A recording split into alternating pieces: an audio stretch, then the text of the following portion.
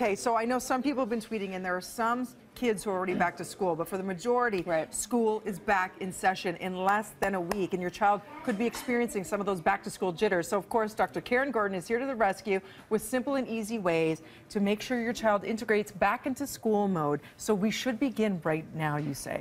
Yeah, we want to actually begin right now. And tip number one is actually just expect a little bit of anxiety. Just expect it. But they may not show it.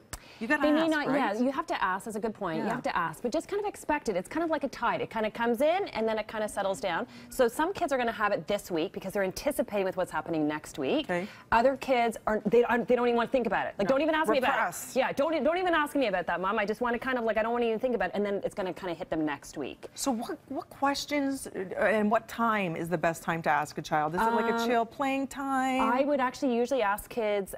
You're asking excellent questions, DNS. Oh my. Yeah, you are asking excellent. You are really processing this topic. I worry so much for my nieces and nephews. It's like I worry like their parent. I really am the godmother. I do, because I had back to school anxiety all the time as a child. I still have it for kids. So really, I mean, is it dependent on the child? Is it best to do it nighttime? Usually I would say nighttime, when it's just going to be 2 people. So don't do it in front of other people. Don't do it when you're actually going to be rushed or going to somewhere else. Okay. Do it at night, usually when they're actually about to go to sleep. Something kind of like, close proximity, but not with other people around. Okay. Really important. Okay. So what you want to do is expect it. Realize it's very common, but the biggest thing you have to kind of get behind is understand with what the child is actually, what's the thought that's driving the anxiety. Okay, what do you mean? So anxiety is not the problem. It's the thought that's actually driving it. So for a lot of kids who actually have anxiety, they tend to be very sensitive. They don't like change.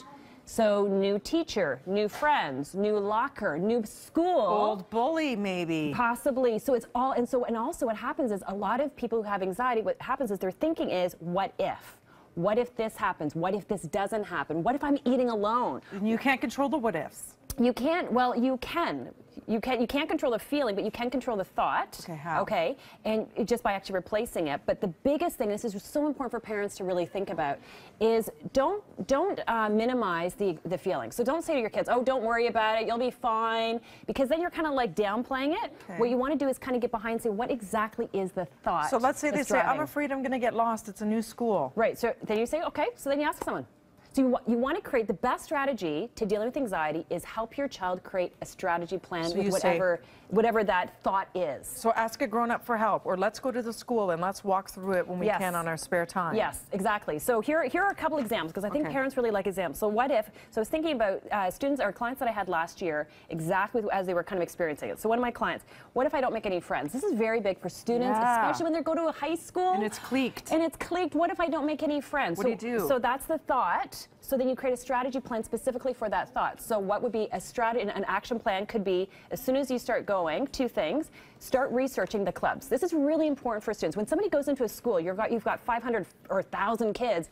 It's overwhelming. You want to find your tribe.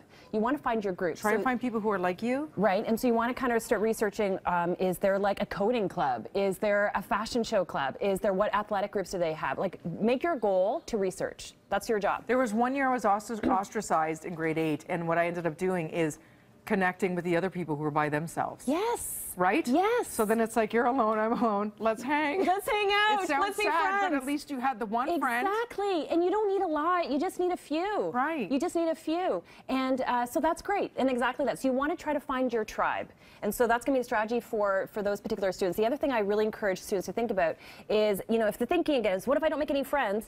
If that's the thinking, you have to think about how that now affects their body language. So then they don't have eye contact and they look all nervous and they don't even actually do anything. So really focus on body language with your kids. Okay. Eye contact, smiling, and saying hello. Okay, so if you're radiating that, you look more approachable because you look friendly. Absolutely. We are actually going to take a part 2 on this because you guys are chiming in all morning long with questions, of course. Parents are so worried for their kids. So part 2 with Dr. Karyn Gordon. Winston's going to reveal your questions, and you have the answers right after this.